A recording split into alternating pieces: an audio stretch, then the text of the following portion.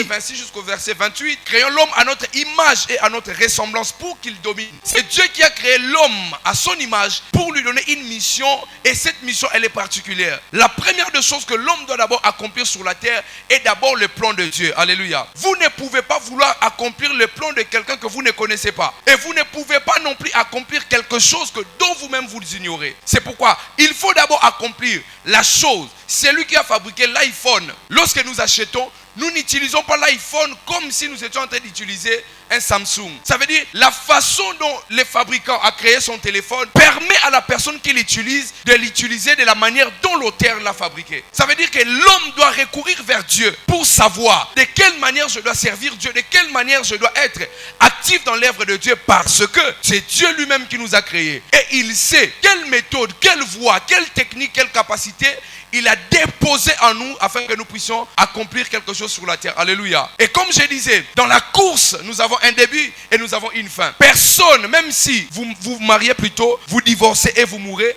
lorsque les hommes parleront de vous, ils diront par contre, cet homme, il était marié et il a divorcé, après il est mort. N'oubliez jamais, tout ce que nous sommes en train de faire reste dans les annales, dans le subconscient des hommes, et ils vont l'identifier par rapport à notre vécu sur la terre. Ça veut dire que si vous avez accompli de mauvaises choses, cela reste dans votre course, dans votre parcours. Les hommes vont dire, celui-ci a accompli de mauvaises choses, celui-ci n'était pas une bonne personne. Accomplissez de grandes choses, aimez la joie, aimez être heureux, aimez être heureuse, aimez passer des moments de qualité pour votre propre vie. D'abord pour vous avant de penser aux autres, parce que c'est très important. Lorsque vous quitterez la terre, les hommes vont dire, oui, celui-ci il a existé, mais il n'était pas ainsi, mais il était ainsi. C'est très important de le comprendre. Est-ce que je peux entendre un bon amen? C'est pourquoi je me pose la question, pourquoi Jésus-Christ sur la terre n'a pas accompli de mauvaises choses? Rare de fois en lisant la Bible, vous allez voir, on parle des mauvaises choses que Jésus a accomplies. Si vous trouvez des choses ou les histoires qui parlent de Jésus dans un moment de crise ou de détresse, si c'est beaucoup,